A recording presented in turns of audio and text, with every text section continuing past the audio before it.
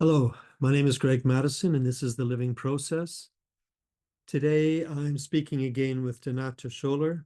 Dr. is a philosopher who's done a lot of work on embodied critical thinking and translating a process model into German.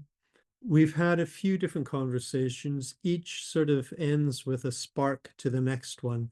And that's the same with this one, where we're talking a little bit about inside, outside, and how to understand kind of the symbolizing process and the focusing process. And it ends with a tantalizing kind of teaser for the next conversation. So without saying anything more, here's the next conversation with Dr. Schoeller. I hope you enjoy it.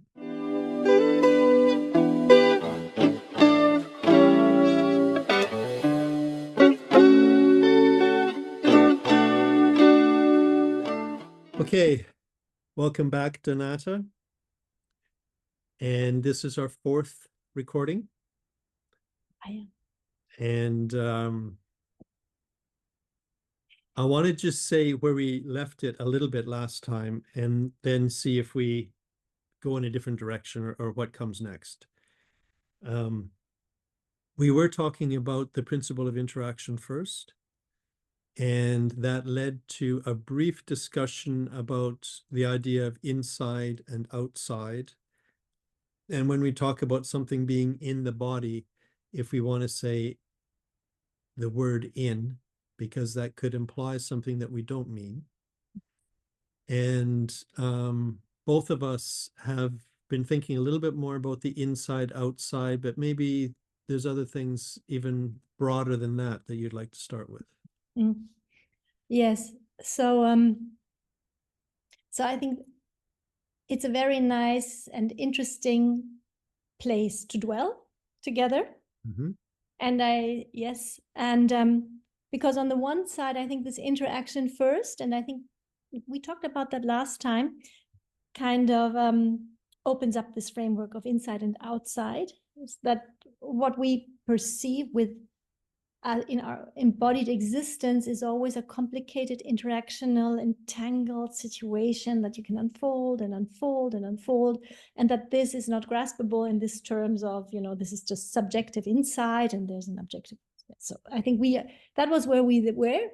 Mm-hmm. But then we came across, but it's more intricate, and that leads us into how Gendon conceives language, and that leads us into more deeper into the process model landscape and in the very complex and thick parts of the process model chapter 7. Yes. And maybe we can just kind of try to explore that a bit together. I think there are two things that I would like to try to unfold together with you. First of all, how Gendon really nicely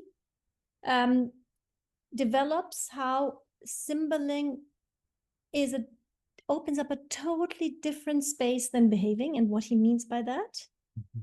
And then also how this, how he makes thinkable why languaging or putting things to words is not just representing something or constructing or labeling, but that it is really that we can understand why this helps us to become aware, why this helps us, what kind of transformation is, what kinds of experience it is. I think he always wants to clarify what kind of experience is behind anything, also behind languaging, using language.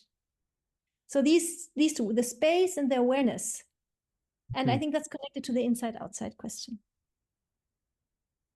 It already sounds complicated.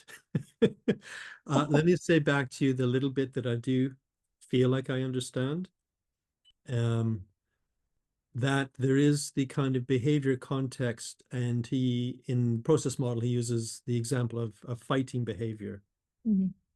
And then there's a kind of a dance, which is different from that, in that it's more like a symbolizing, it has an aboutness. The fighting behavior doesn't have that aboutness. It's what's actually just happening in the situation, back and forth between two animals in some way, each implying the next act in the other. Mhm. But the dance, that sort of more symbolic turn, has that kind of aboutness. Mhm. And that aboutness generates something more like a kind of awareness. Mhm. Is that much right? Yes, yes. But I would, if it's okay for you, start even a little more simple or more, Good. Oh, please, everyday example that, please do. So when preparing for this conversation, Yeah. I remembered I looked at Hideo Tanaka's website the other day, and he makes these fantastic bridges, to inspirations of Zen. Mhm. And I think it's Susan Langer who considered this difference, how a cat may react to a postcard and how we react to a postcard, that there's similarities and differences. And it's not about now the difference of human beings and animals. That's really, really boring. It's not about that. It's about understanding the different kind of process. And I was thinking about the following example. So you imagine a 12-year-old child, and she has a birthday, and on her desk is a card with a picture of a cat. Yes. And on the card, it just says, you will be the owner of this cat. Yeah. So it's a kind of indication. And then just imagine, the cat seeing this card and maybe playing around with this card. And the child maybe taking this card, and you see the behavior. You can see, how she's taking it and how she's standing there, and maybe she's totally numb for joy Yes. and overwhelmment. Yeah. There's something that this card does and opens up in this linguistic body of the child that is not in the space, in the behavior space of, taking the cat and taking the card and putting it in a box. There's Yes. something else happening. She can then take the card and put it in a box or put it on the wall, but there's some process that we cannot see in her behaving. Mhm. It's a whole world of joy, of longing, of knowing about cats, about maybe even feeling the cat already a little bit, of knowing about the change this will imply in her life. All of that is done with these few little symbols. Mhm. And this is the process that Jean wants to describe in this chapter 7, building up on already chapter 6, which unfolds the thickness of behavior space without which symboling couldn't grow. And this is interesting for a question of inside and outside, Yeah. Because on the one hand, it doesn't make sense to speak of inside and outside, because we are interactional situated bodies. And on the other hand, these complex processes that involve linguistic meanings, so much more happens than we can see with the eye. You cannot just see, like, the way people behave, Mhm. what happens with the world that is opening up through this in this linguistic space. So Yeah. thinking that together. Okay, so let me respond to that. It's a fantastic example. I can really imagine it. And the first thing I imagine is how much actually is visible in the child's, sort of being struck silent with delight and processing, as we would say, inside of herself or through herself, all of the implications of what this card means. For her, it's not just an object in the world like it is for the cat. It has this symbolic meaning which she is immediately taking in, and this whole process is ignited by that. Some of which is visible. You would see something on her face. You would see something in her way of her kind of response in the world. But you're pointing out that most of it is not visible. Most of it is happening in a different kind of a space. It's not present through her behaving. Yes. And the one thing that I would say, that this is the area that I found interesting, is that if you were there as like a neighbor or something, and you witnessed this child getting this gift in the form of the card initially, and seeing the child's response, I would imagine that you would feel down, if you paid attention, you would feel down inside of yourself some kind of response to her response. Yes. There would be an aliveness in you, or you would be moved to see her response. Something would happen in you that is already an immediate kind of interaction with what's happening in her. Certainly, Okay. certainly. Yeah. And I just want to say, as an aside, this is the sort of thing that we try in different ways, we try to pay attention to in psychotherapy. Because, as I would say to people that I supervise, there's so much information in that. And a therapist can potentially say, in a session where a client was crying, the therapist might say, I really didn't feel much. And I would always say, well, maybe that's information.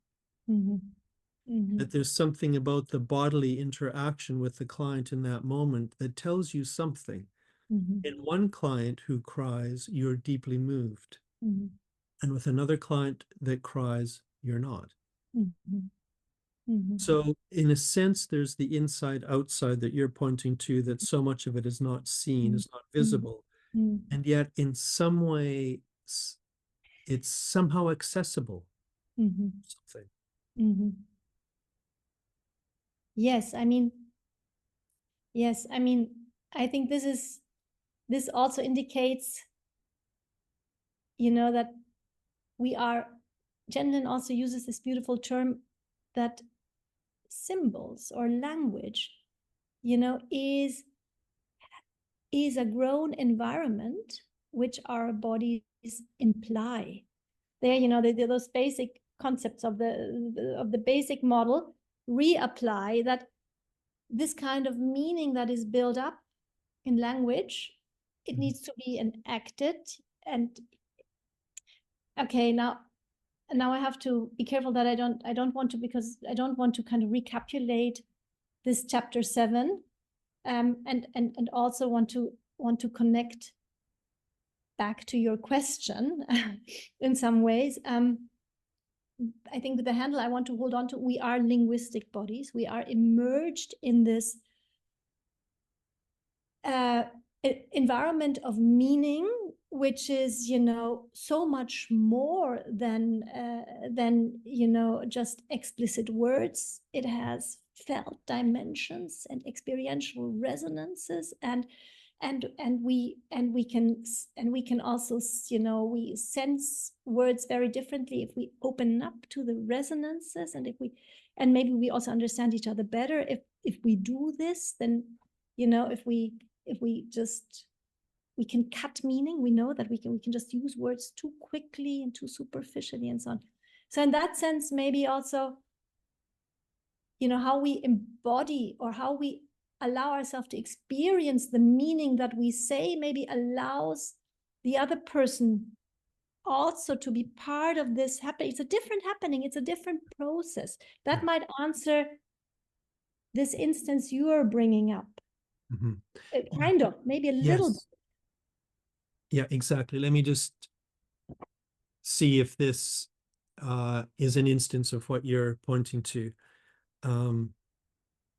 Because I was teaching something the other day, and I was saying that it makes all the difference in the world if you actually, I was teaching about the inner critic and about bringing compassion to the inner critic, and how it's a completely different thing if you can actually bring a feeling of compassion to the inner critic. It has to be the feeling. You can't just say to the inner critic, I accept you, without the feeling. The words themselves don't do what the actual bodily sense that the words are supposed to bring with them does. Yes, exactly. And I think this is, now to reconnect it to the process model, I think the process model shows that meaning is a process that starts with tissue process, that implies a thick behavioral space where body environment always already interacts. It has grown from that on on a, on a evolutionary scale, but also on a personal scale. And it continues to grow through, all the situations where we are immersed in language, where we use words. And so that in some sense, and that I think is that is something that we still know so little, or we know so little how to engage this deliberately, that we can open up meaning in exactly as you say, we can do so much more with, if we understand words as these processes with all these experiential layers to it. Mm-hmm. we can use we can feel, can open up to them much more, and that's something that we don't usually learn. I think that's something very novel in this kind of experiential approach. Yes. Experiential approach to meaning. And that's why you need to explain that the word is not enough, but you can open up to the resonance or to what the word does. And you see, does the word do something? No, it doesn't. Okay, this word doesn't do anything. So let's try another word, because they are happenings. Yeah, exactly. They are happenings. Exactly. It's what I get from what you're saying is that the phenomenon is actually the experiencing process. The words are what kind of are sort of the tag or the handle or the pointer. But what we're really interested in is this thicker experiencing process. Yes. And maybe we could even say words are experiential processes themselves. I sometimes say they're like capsules of experiential process, because we can open up the felt meaning of almost every word that we know well enough. They are some sort of experience. Even the word but Yes. is an experience. And then it's really more about crossing. Does this experiential capsule, if we use it now and let it occur into this experiencing, does it unfold this? Does it intensify the resonance? Does it intensify the feeling? And there we would come to this, to Jenlin's dance approach. I just want to make that's a buoy where we could easily go that intense. But maybe you want to say something. Well, I just want to say back to you, I feel like saying words can have that kind of capsule. They may or may not, but it's something about the word that's used. Certainly, there's some words that are just like a big gong. It's like, oh my goodness, that immediately does something. But there's also words that I'm thinking immediately of. For example, if somebody says, "Shame on you," or somebody says, "Shame on you," it's a totally different. One is like you're being damned, and the other is like you're being teased. That's the tone, of course. It's the tone, yeah, that sets the cloud around the word in some way. Yeah. Exactly. It's the tone, it's the gesture, it's all of that. Yeah. And how it then crosses with the experiential situation right now.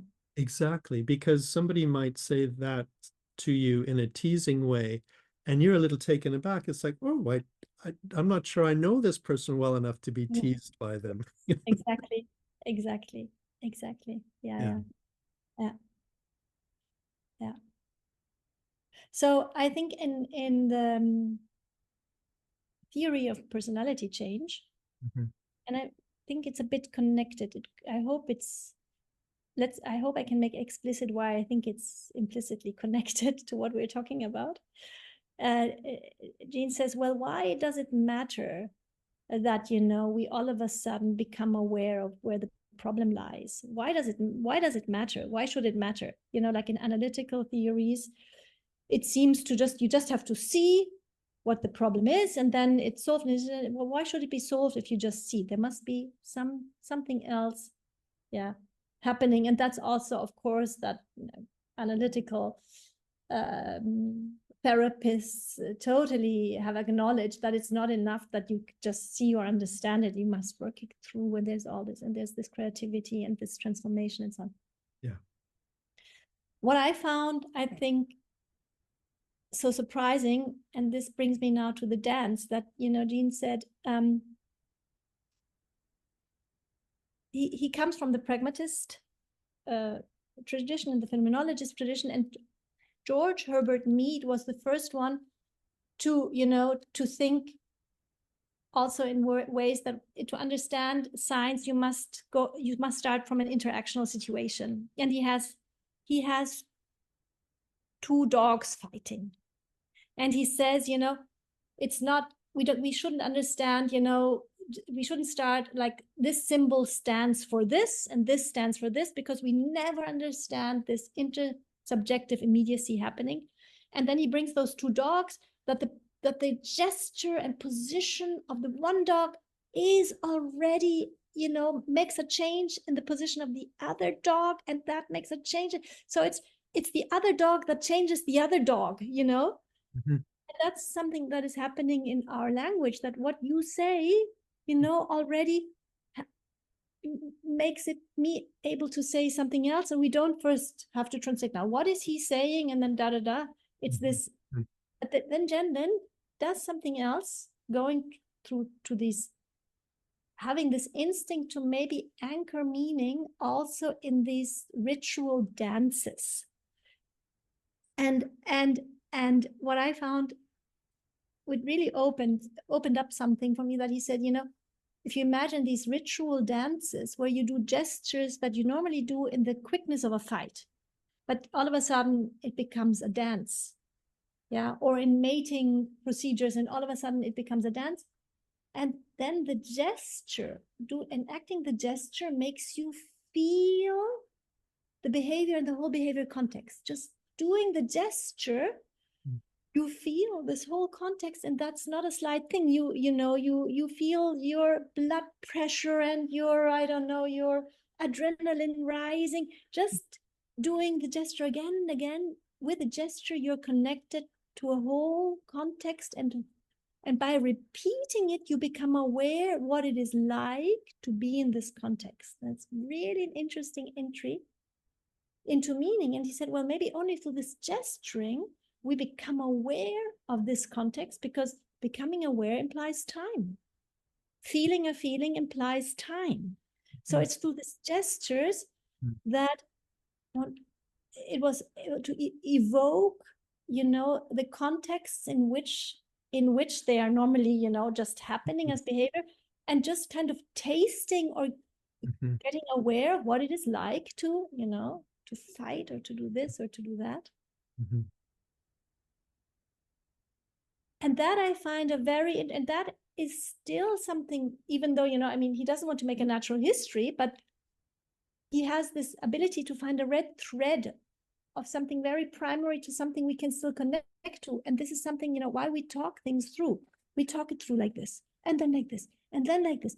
And if we're connected, we stay connected with it, it really becomes clearer. Now I know what this was about.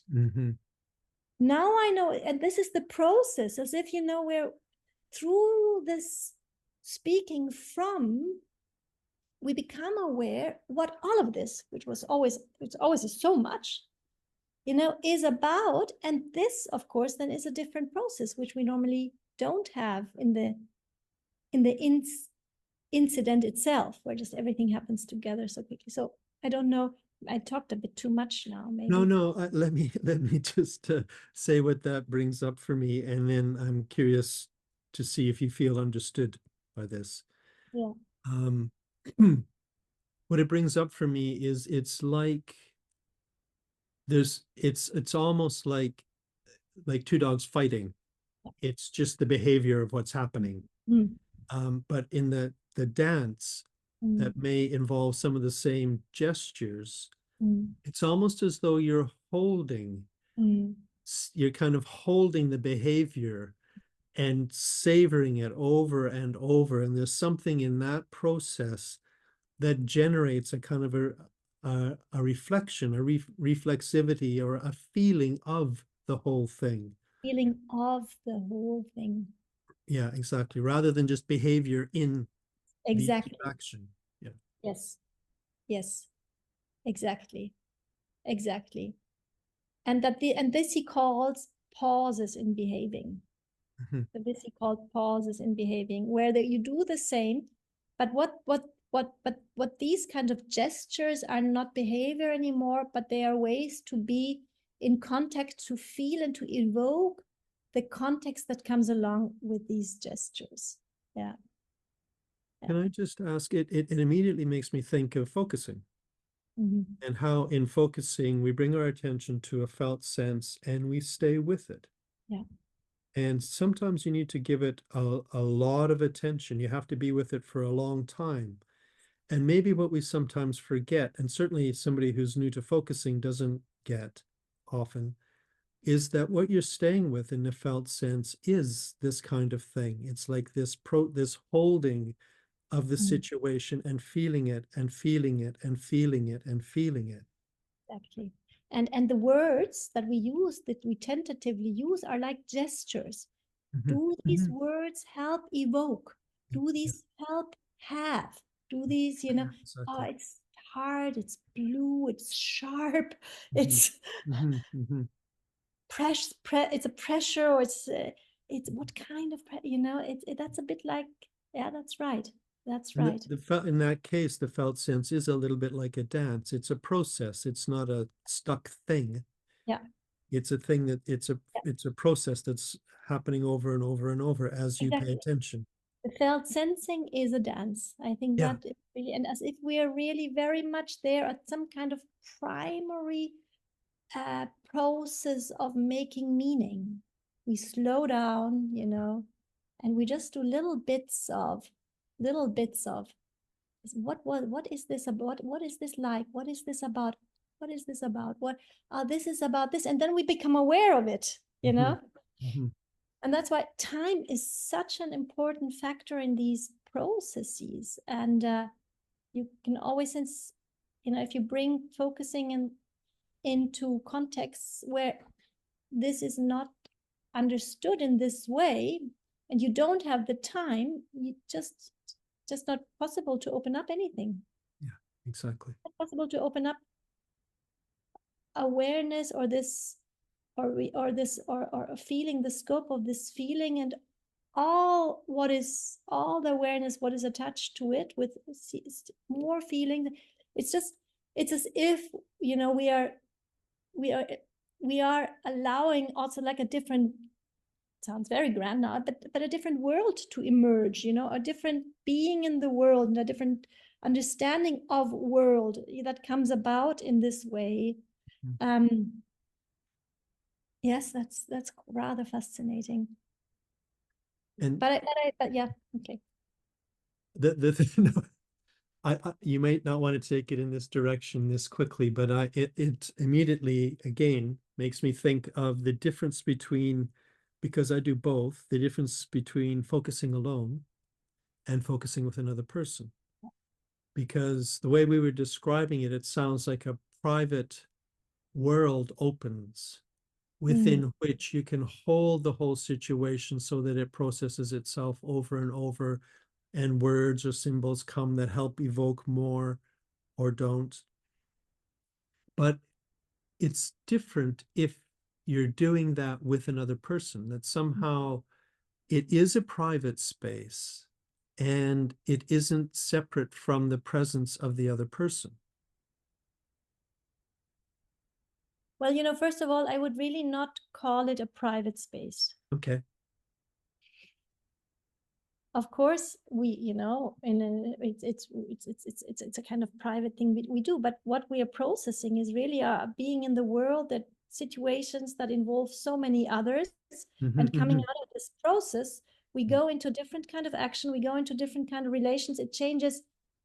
It might change, just a little shift in holding all this entanglement might then change a lot if we go from the pause again into action.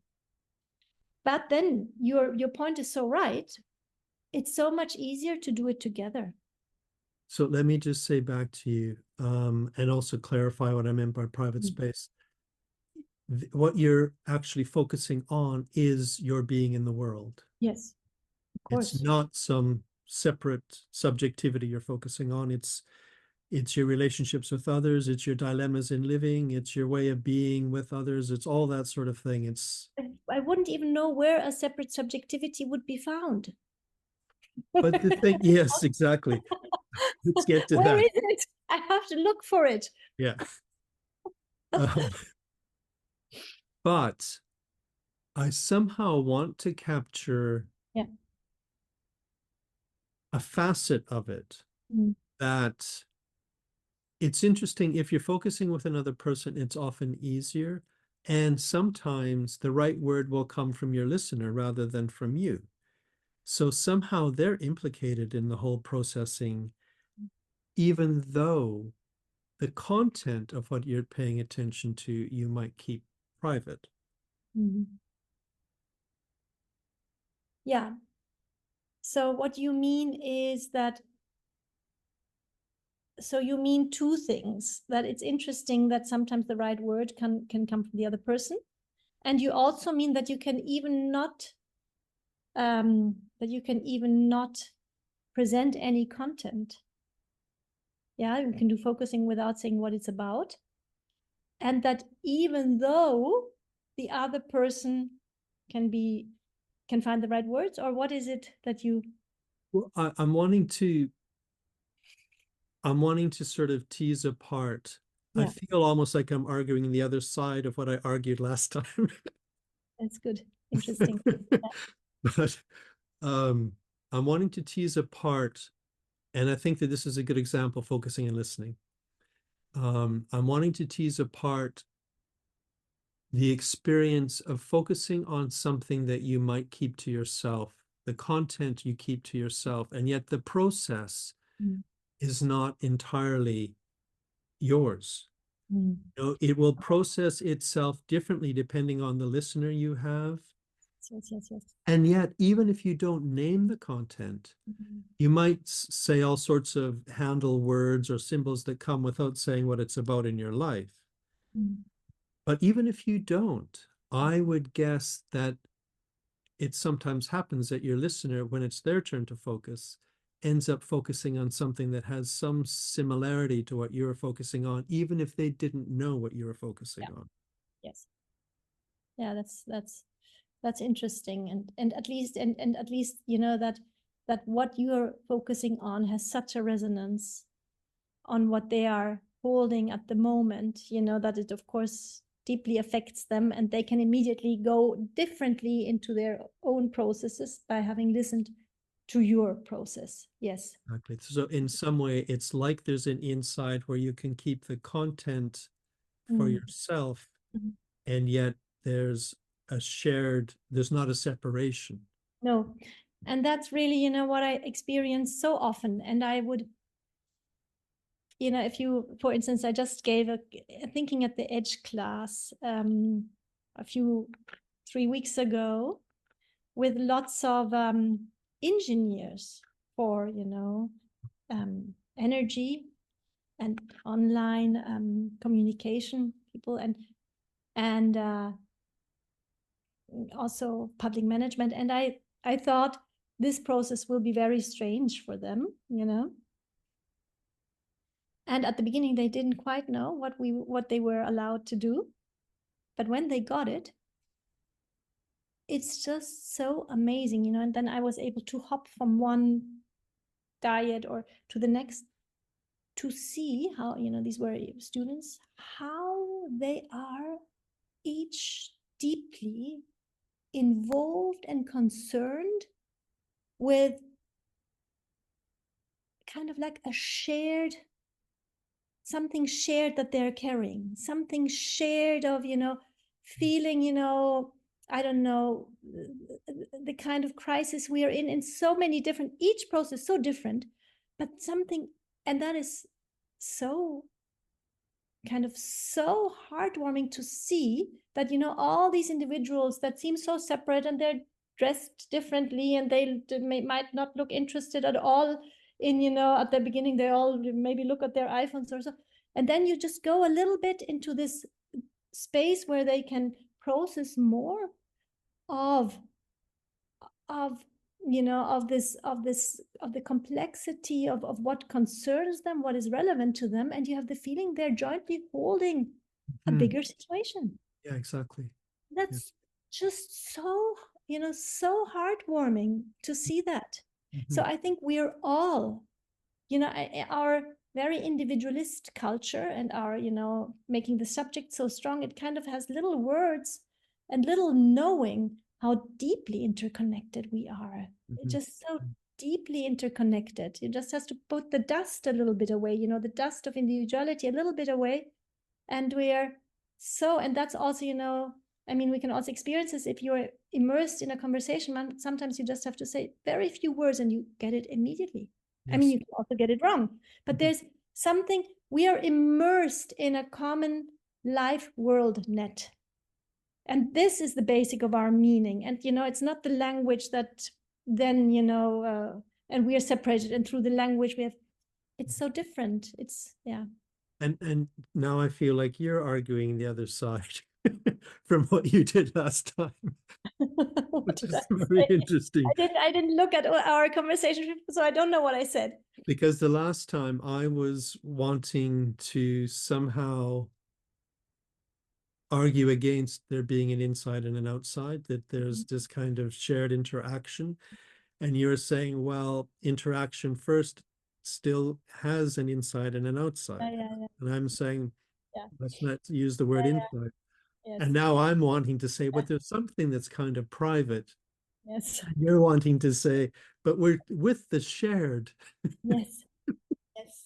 Yes. And I think it's really very paradoxical, because I think it's very private, very intimate, and then again so shared, but so each one has this kind of share in such a specific, extraordinary, unique way, and but you're right that it's so common that if you listen to someone who's focusing, that you have it's like your body somehow resonates with a deep sense of the meaning of what they're focusing on. Yes. And I would even like to say it even stronger. I don't know if I said that already, but I think that was one of my major experiences at the beginning, to be in groups where there are people you would have never met before. Very, very diverse people, very diverse. And then it's always also, you have these quick prejudgments of, I don't know, terrible, really, but they come so quick. And then you sit in a focusing space, and then this other person who you might have first think, well, this, I don't think I will have very much to say with him or her. Yeah. Going there, and all of a sudden, it is as if, I don't know, it just as if respect grows. Yeah. Just by witnessing, just by listening, just by hearing the kind of challenges that are so family related to the kind of challenge. And this, I think, is always again happening to me, that to see, it sounds maybe a little bit, but I find that people one can see the beauty in the people if they go into this space. I can also see the beauty in people engaging with thinking at the edge. There's some kind of beauty, and I would like to understand it better. What makes this so beautiful? It's really interesting, but it's just immediately this respect just kicks in, and every time, I've never experienced it that it doesn't happen. Yeah, me too. And for me, just as I listen to you, I'm thinking, what is that beauty? And I would say it's something that's yearning for a profound connection in some way. It's yearning for that experience of the connection to the whole world, or the worlding itself, or something that's not common, unfortunately. Yes, and there's some words that come to me are kind of, sincerity, that if you go in this, there comes a sincerity or an integrity, words like that, but I want to make ... because it's, yeah, we could Yeah, we could hold that question, you know, and would really, yeah. it's a kind of a truthfulness or something. Well, I think, Greg, I think that's quite a good point to stop. Don't you think so too? Yeah, I do. Because you know, I would have a really nice big topic I would like to speak with you, explore it, but let's do it the next time. Okay, what is the topic? The topic is that, you know, Jenlin conceives of, he has this word of fresh, for he said he loves the word fresh. Yeah. And what he also very, you know, very often we find this fresh forming, allowing some. But that with Jenlin's philosophy, it might be possible to understand living process as a formulating process in general. That's something, you know, that also a flower is a formulating, or you know, and that's something I find so exciting. And I would love to stutter and stammer and talk a little bit about this, you know, our formulation process and what the flower is doing. Something that I would like us to look at some point. And it is that question of what is the self? Yeah, yeah.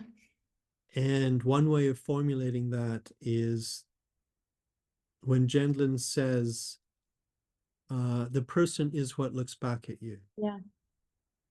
And my question is, since we're not talking about an entity self, what is it? What is this person that looks back? Yeah. It's not content. It's not a thing. No. It's what No. is it? And maybe that even relates to your Yes. question. So my Wow, that's really something. Yes. Yeah. And maybe, you know, just as a handle, you know, it's really, there's some, I haven't never yet said it like that, but you know, it's like a vulnerable world looking at you. yeah. Mm-hmm. Okay, let's see how we can, talk about that. Okay. Thank you very much. Thank you, Greg. And see you next time. See you next time. Okay. Bye. Bye-bye.